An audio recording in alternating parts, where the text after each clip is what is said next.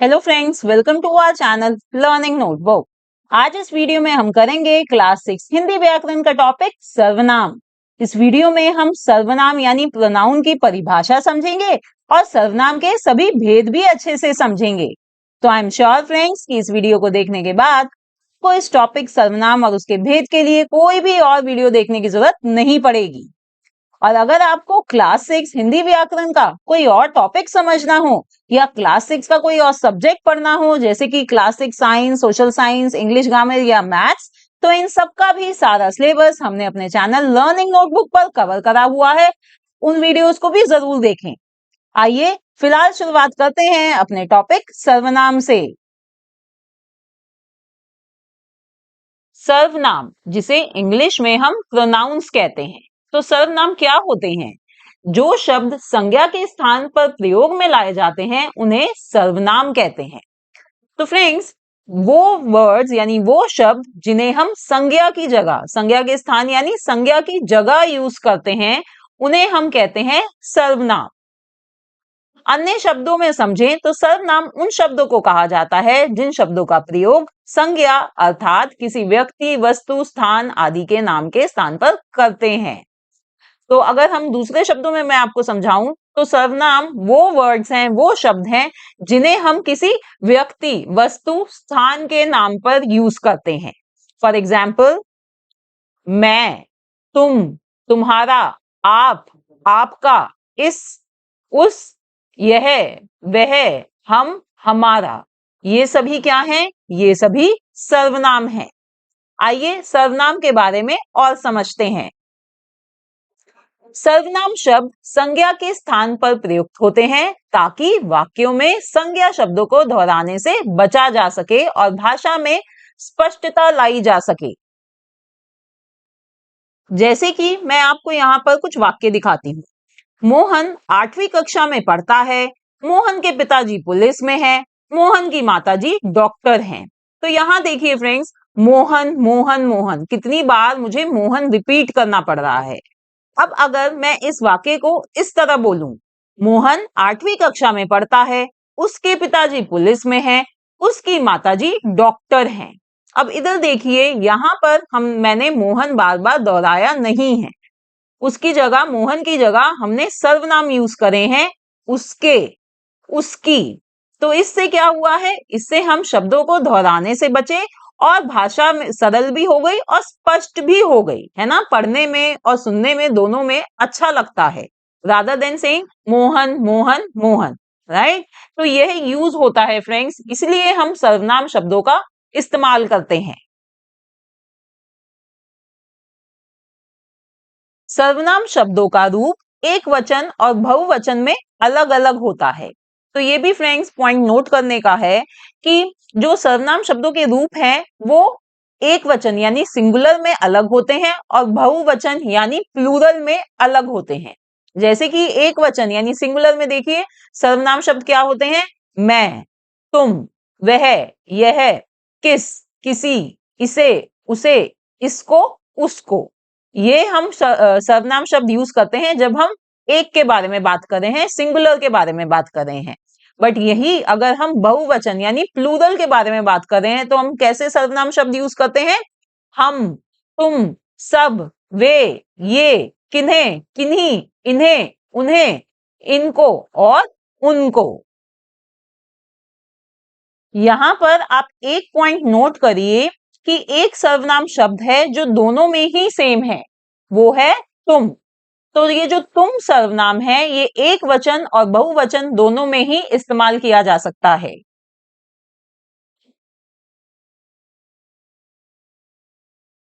अब दूसरा important point समझने का है कि सर्वनाम शब्द स्त्रीलिंग और पुल्लिंग में समान रहते हैं। तो फ्रेंड्स, हम जब स्त्रीलिंग यानी कि हम फीमेल या मेल की जब बात कर रहे हैं तो हम सेम सर्वनाम शब्दों का इस्तेमाल करते हैं।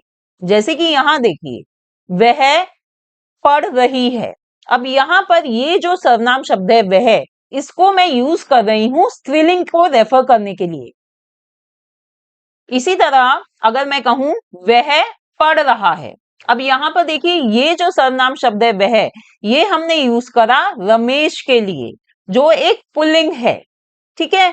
तो इसलिए फ्रेंड्स यहां से हमें ये समझ में आता है कि भाई चाहे स्त्रीलिंग हो या पुल्लिंग, सर्वनाम शब्द जो होते हैं वो सेम रहते हैं।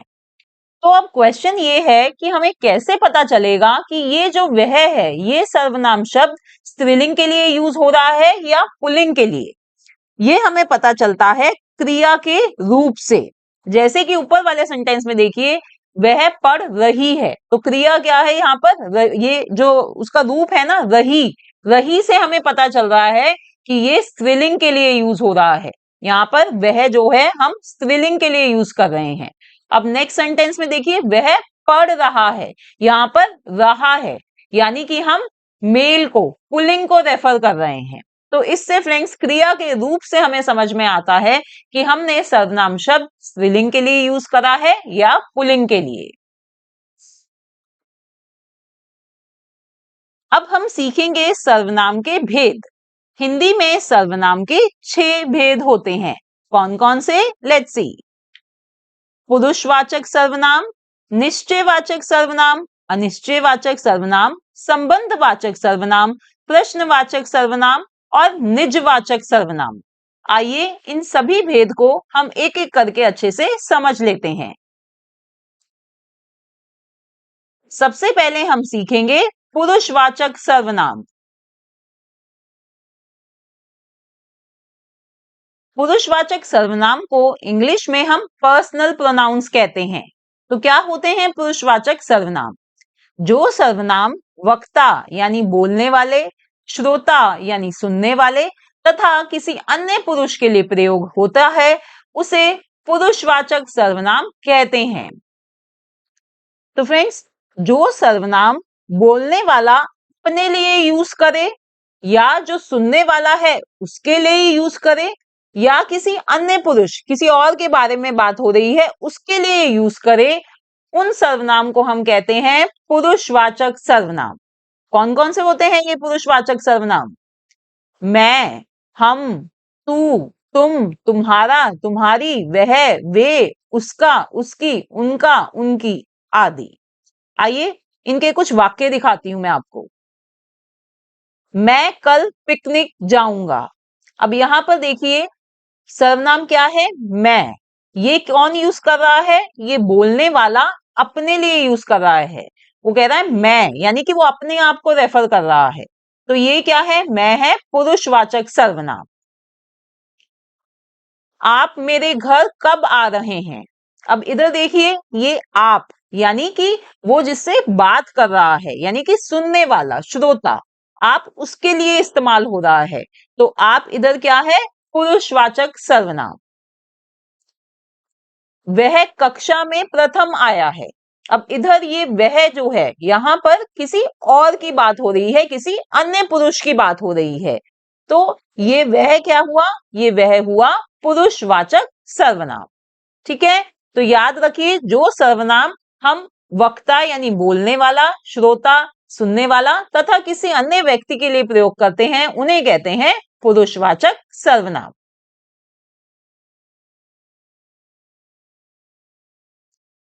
तो ये पुरुषवाचक सर्वनाम 3 प्रकार के होते हैं। पहला है उत्तम पुरुष, फिर मध्यम पुरुष और तीसरा है अन्य पुरुष। इंग्लिश में फ्रेंड्स हम इसको सीखते हैं फर्स्ट पर्सन, सेकंड पर्सन और थर्ड पर्सन प्रोनाउंस के रूप में। तो पहले समझते हैं उत्तम पुरुष यानी उत्तम पुरुषवाचक सर्वनाम। जिन सर्वनाम शब्दों का प्रयोग वक्ता स्वयं के लिए करता है, उन्हें उत्तम पुरुष कहते हैं। तो उत्तम पुरुष यानी फ्रेंड्स वो सर्वनाम शब्द जिनका प्रयोग वक्ता यानी बोलने वाला खुद के लिए, अपने लिए करता है, उसे कहते हैं उत्तम पुरुषवाचक सर्वनाम। जैसे कि मैं, हम, मुझे, मैंने, हमें, मेरा, मुझको, हम सब। तो देखिए ये जितने भी हैं, ये सारे जो सर्वनाम हैं, ये कौन यूज करेगा? ये जो वक्ता है, जो बोलने वाला है, वो अपने लिए यूज करेगा। आइए अब इसके ऊपर कुछ वाक्य देखते हैं। मैं खाना खा रहा हूं। अब यहां देखिए मैं कौन है? जो वक्ता है, जो बोल रहा है, वो स्वयं के लिए, अपने लिए यूज कर रहा है मैं। कि मैं खाना खा रहा हूं, तो मैं जो हुआ ये उत्तम पुरुषवाचक सर्वनाम हुआ। इसी तरह से हम खेलने जा रहे हैं, जब एक से ज्यादा लोग बोल रहे हैं कि भाई हम, वो अपने बारे में बता रहे हैं कि हम खेलने जा रहे हैं। जैसे कि आप कहते हो ना, आप भाई बहन हो, आप कहोगे कि मम्मी हम खेलने जा रहे हैं बाहर, तो वो आप दोनों अपने लिए यूज कर रहे हो। तो हम क्या हुआ, उत्तम पुरुषवाचक सर्वनाम यानी उत्तम पुरुष। अब नेक्स्ट है मध्यम पुरुष यानी मध्यम पुरुषवाचक सर्वनाम।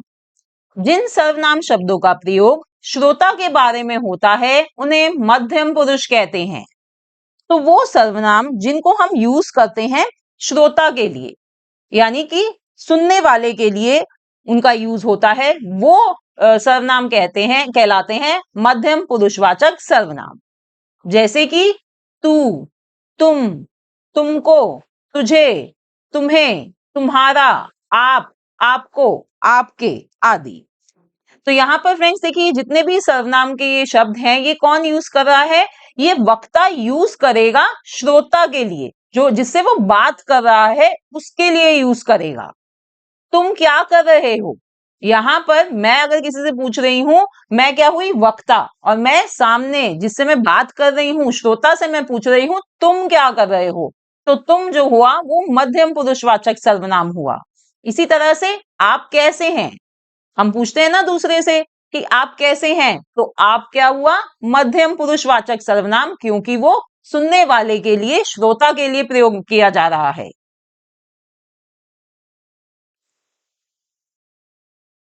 अब सीखते हैं अन्य पुरुष यानी अन्य पुरुषवाचक सर्वनाम। जिन सर्वनाम शब्दों का प्रयोग किसी तीसरे व्यक्ति या वस्तु के बारे में बात करने के लिए किया जाता है उन्हें अन्य पुरुष कहते हैं। देखिए, अन्य पुरुष मतलब थर्ड पर्सन। तो ये वो सर्वनाम शब्द होते हैं जो हम किसी और व्यक्ति के लिए यूज कर रहे हैं, जो उस टाइम पर वहां पे प्रेजेंट नहीं है। हम किसी और व्यक्ति या वस्तु के बारे में बात करने के लिए उनका इस्तेमाल करते हैं। जैसे कि वह, यह, उन, उनको, उनसे, इन्हें, उन्हें, उसके, इसने, ये, वे। तो ये सभी सर्वनाम शब्द कैसे हैं, ये वो सर्वनाम शब्द हैं जो हम किसी तीसरे व्यक्ति के लिए, अन्य पुरुष के लिए यूज करते हैं। जैसे कि एग्जांपल्स देखते हैं, वह घर जा रहा है। अब यहां देखिए, वह यानी कि हम किसी थर्ड पर्सन के बारे में बता रहे हैं कि वह घर जा रहा है, राइट। उसकी किताब मेरे पास है। अब यहां पर भी उसकी यानी कि हम किसी और तीसरे व्यक्ति के बारे में बात कर रहे हैं कि भाई उसकी जो कॉपी है, उसकी जो पुस्तक है वो मेरे पास है। तो ये वह, उसकी, ये सब क्या हुए, ये हुए अन्य पुरुषवाचक सर्वनाम। अब नेक्स्ट जो प्रकार होता है सर्वनाम का वो है निश्चयवाचक सर्वनाम। निश्चयवाचक सर्वनाम को इंग्लिश में हम डेमोन्स्ट्रेटिव प्रोनाउंस कहते हैं। जिस सर्वनाम से किसी निश्चित व्यक्ति या वस्तु का बोध होता है उसे निश्चयवाचक सर्वनाम कहते हैं। तो वो सर्वनाम जो किसी निश्चित यानी कि किसी डेफिनेट व्यक्ति या वस्तु की ओर संकेत करते हैं, उनका बोध कराते हैं, उन्हें हम कहते हैं निश्चयवाचक सर्वनाम। जैसे कि ये सारे शब्द, यह, वह, ये, वे, इसी, उसी। आइए कुछ वाक्यों के माध्यम से मैं आपको ये निश्चयवाचक सर्वनाम अच्छे से समझाती हूं। यह मेरी पुस्तक है। अब इधर देखिए, ये जो इस वाक्य में जो संज्ञा है पुस्तक, ये पुस्तक है ना, ये संज्ञा है। तो यहां पर यह जो है वो इसी पुस्तक की ओर इशारा कर रहा है, संकेत कर रहा है। तो यहां पर ये जो सर्वनाम शब्द है यह निश्चित करता है कि भाई कि ये पुस्तक है जिसके बारे में हम बात कर रहे हैं कि ये मेरी पुस्तक है, पर्टिकुलर पुस्तक के बारे में यहाँ पर बात हो रही है। तो ये जो यह है सर्वनाम, ये इसको निश्चित कर रहा है कि इसी पुस्तक के बारे में बात हो रही है। तो यह हुआ निश्चयवाचक सर्वनाम। इसी तरह से वह माधव की गाय है।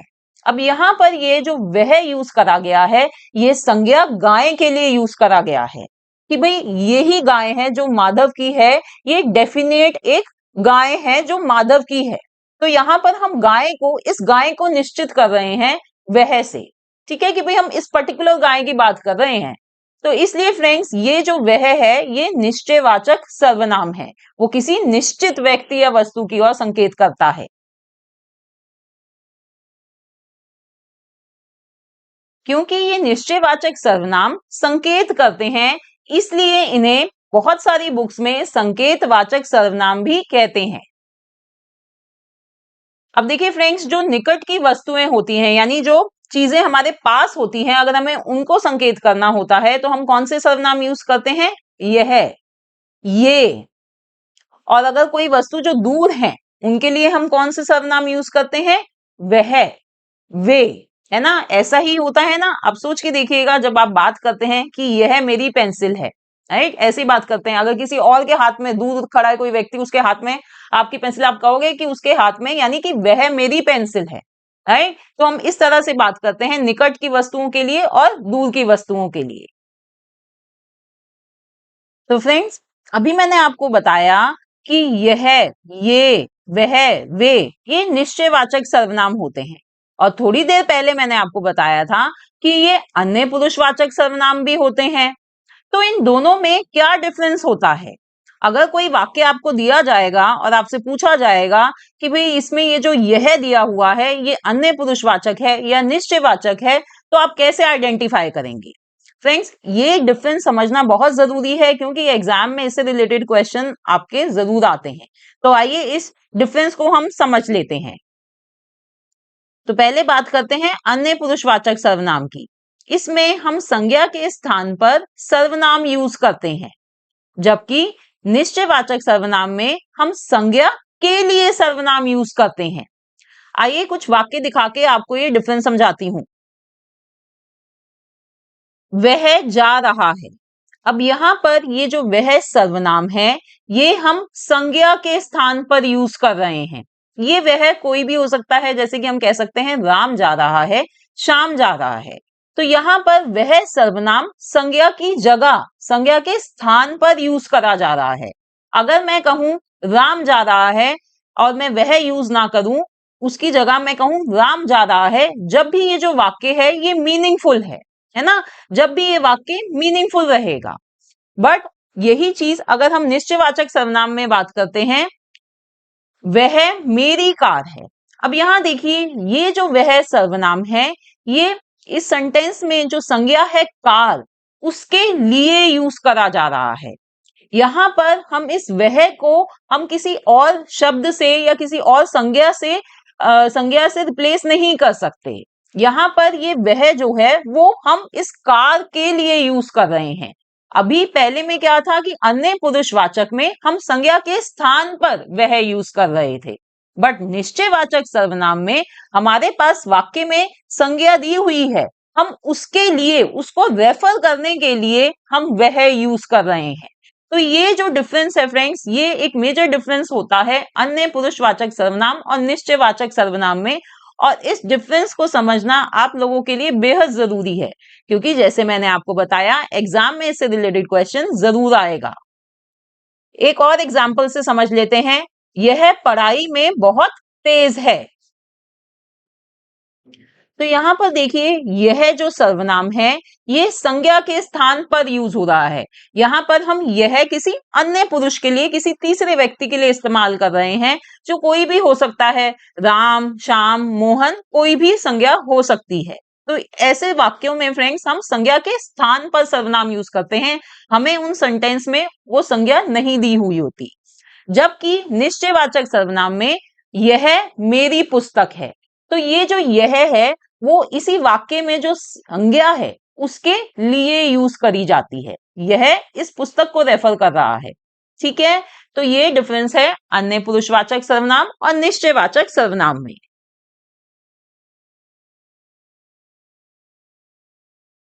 अब नेक्स्ट टाइप ऑफ सर्वनाम है अनिश्चयवाचक सर्वनाम। अनिश्चयवाचक सर्वनाम, जिसे इंग्लिश में हम इनडेफिनेट प्रोनाउंस कहते हैं, जिस सर्वनाम से किसी निश्चित व्यक्ति या वस्तु का बोध नहीं होता, उसे अनिश्चयवाचक सर्वनाम कहते हैं। तो फ्रेंड्स, वो सर्वनाम शब्द जो किसी निश्चित व्यक्ति या वस्तु की ओर संकेत नहीं करते, यानी किसी डेफिनेट व्यक्ति या वस्तु की ओर संकेत नहीं करते, उनका बोध नहीं कराते, उन्हें हम कहते हैं अनिश्चयवाचक सर्वनाम। जैसे कि कहीं, किसी, कुछ, कोई आदि। तो ये जो चारों हैं, ये सर्वनाम है अनिश्चयवाचक सर्वनाम। आइए कुछ एग्जाम्पल्स देखते हैं। बाहर कोई खड़ा है। अब यहां पर देखिए, यहां पर हम कह रहे हैं कि बाहर कोई खड़ा है। हमें नहीं पता कौन खड़ा है, भाई कोई खड़ा है। जैसे कि कई बार होता है ना, आपकी डोरबेल बजती है, आप अपनी विंडो से या अपनी दरवाजे से झांक कर बाहर देखते हैं, तो आप कहते हैं कि बाहर कोई खड़ा है। भाई मुझे दिख नहीं रहा कौन खड़ा है, कोई खड़ा है। तो कोई क्या है? कोई निश्चित व्यक्ति नहीं है, वो कोई भी हो सकता है।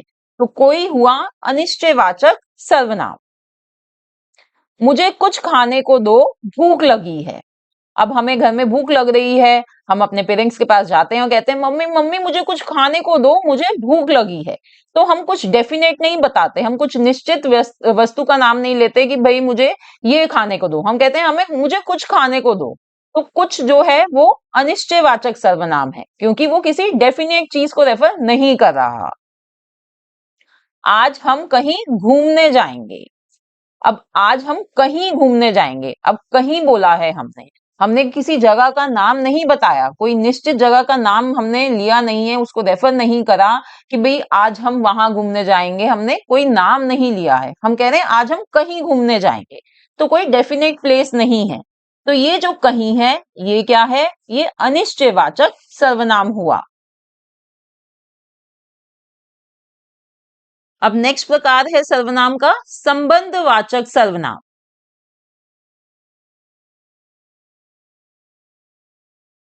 संबंधवाचक सर्वनाम को इंग्लिश में हम रिलेटिव प्रोनाउंस कहते हैं। जिन सर्वनाम शब्दों का प्रयोग दो उपवाक्यों को जोड़ने तथा संबंध बताने के लिए किया जाता है, उन्हें संबंधवाचक सर्वनाम कहते हैं। तो वो सर्वनाम जिनको हम यूज करते हैं किन्हीं भी दो उपवाक्यों को जोड़ने के लिए और उनका संबंध बताने के लिए, उन्हें हम कहते हैं संबंधवाचक सर्वनाम। जैसे कि ये एग्जाम्पल देखिए, जो परिश्रम करता है वह सफल होता है। तो यहां पर जो, वह, ये क्या है? ये संबंधवाचक सर्वनाम है। ये दो उपवाक्यों को जोड़ रहे हैं और उनका संबंध बताते हैं। तो जो वह या जो वो, ये वह की जगह वो भी हो सकता है। तो ये होते हैं संबंधवाचक सर्वनाम। इसी तरह से जैसा करोगे वैसा भरोगे, तो जैसा वैसा संबंधवाचक सर्वनाम।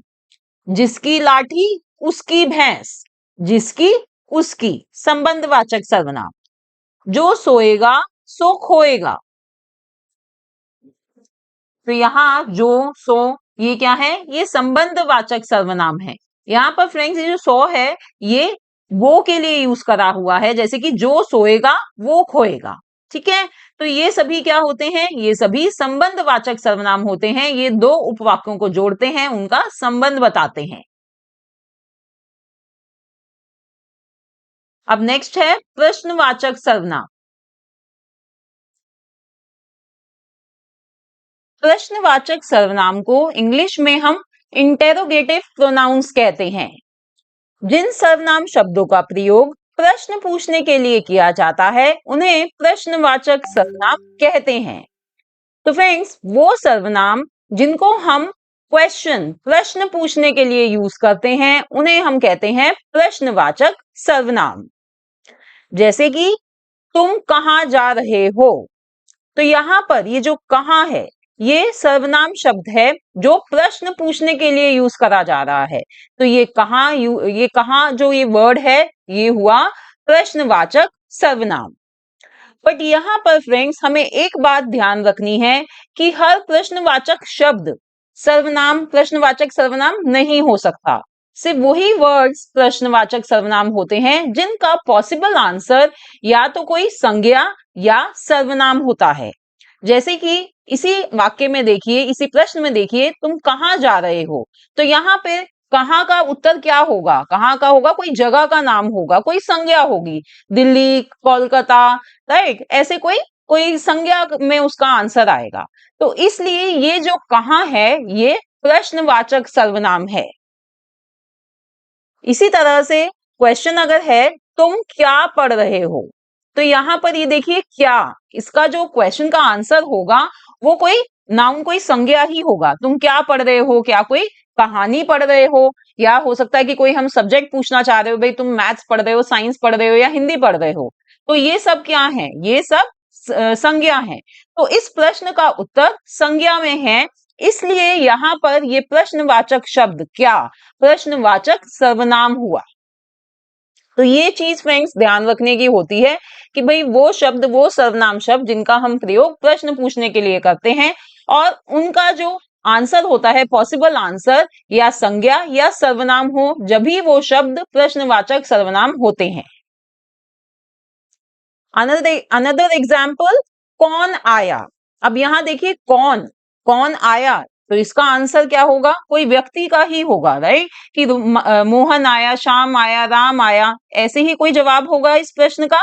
तो ये कौन जो है ये प्रश्नवाचक सर्वनाम है। यह गाड़ी किधर जाती है। अब इधर देखिए किधर, अब किधर जाती है यानी कि हम इसका आंसर किसी प्लेस में देंगे कि भाई कौन सी जगह जाती है, मुंबई जाती है, दिल्ली जाती है, और क्या केरला गोवा कहीं जाती है, राइट। तो ये जो आंसर हुआ ये क्या हुआ, ये भी संज्ञा हुई।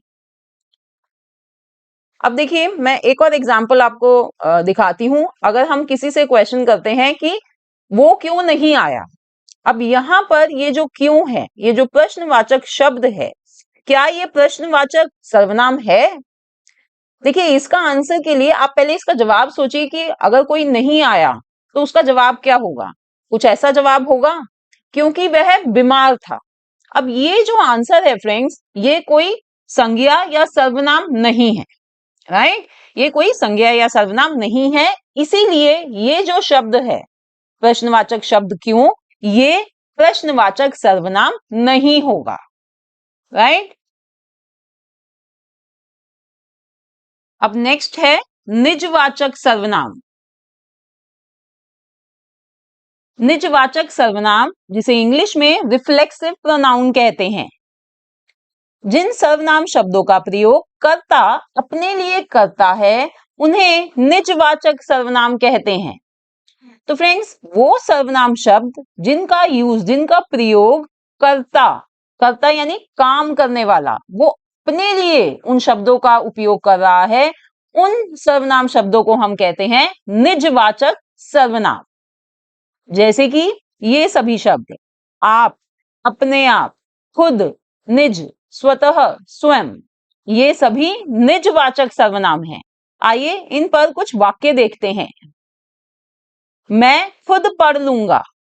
अब यहां पर देखिए खुद, तो यहां पर करता है मैं, वो कह रहा है कि मैं खुद पढ़ लूंगा, तो करता है मैं, और वो अपने लिए, खुद अपने लिए यूज कर रहा है, तो ये जो खुद है ये है निजवाचक सर्वनाम। एक और वाक्य देखते हैं, अब ये काम मैं स्वयं करूंगा।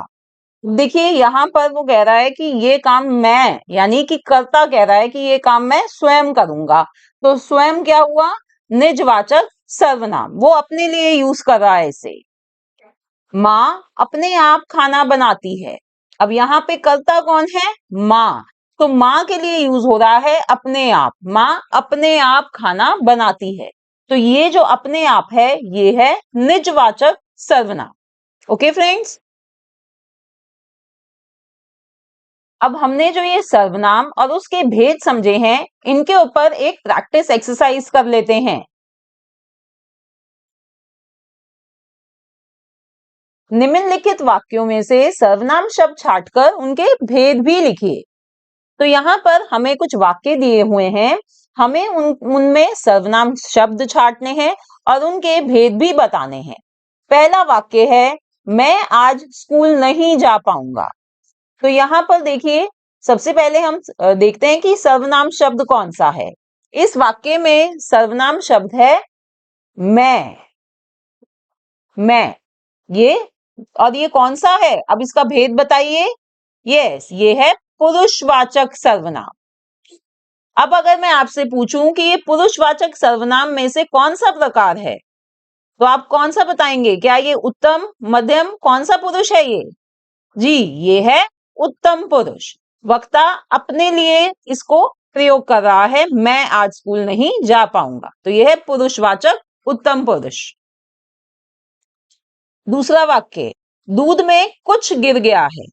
अब यहाँ पे इस वाक्य में कौन सा सर्वनाम है? जी, यहाँ पर है कुछ, कुछ गिर गया है। अब इधर देखिए फ्रेंड्स, हम कह रहे हैं कि दूध में कुछ गिर गया है। हमें ये पता है कि कुछ गिरा है, वो मक्खी भी हो सकती है, वो मच्छर भी हो सकता है, वो कुछ भी हो सकता है। तो यहाँ पे निश्चित नहीं है कि क्या गिरा है उसमें, तो इसलिए ये हुआ अनिश्चयवाचक सर्वनाम। अब एक और वाक्य देखते हैं, मैं अपना काम स्वयं करता हूं। अब इस वाक्य में सर्वनाम शब्द कौन से हैं? मैं, जैसे कि अभी हमने ऊपर देखा मैं होगा, और वो कौन सा होगा? पुरुषवाचक सर्वनाम। क्या इसके अलावा कोई और सर्वनाम है इस वाक्य में? हाँ जी है। कौन से? एक तो अपना और स्वयं। अब ये जो दोनों सर्वनाम शब्द हैं, ये कर्ता यानी जो काम कर रहा है वो अपने लिए इस्तेमाल कर रहा है, तो ये दोनों सर्वनाम शब्द होंगे निजवाचक सर्वनाम।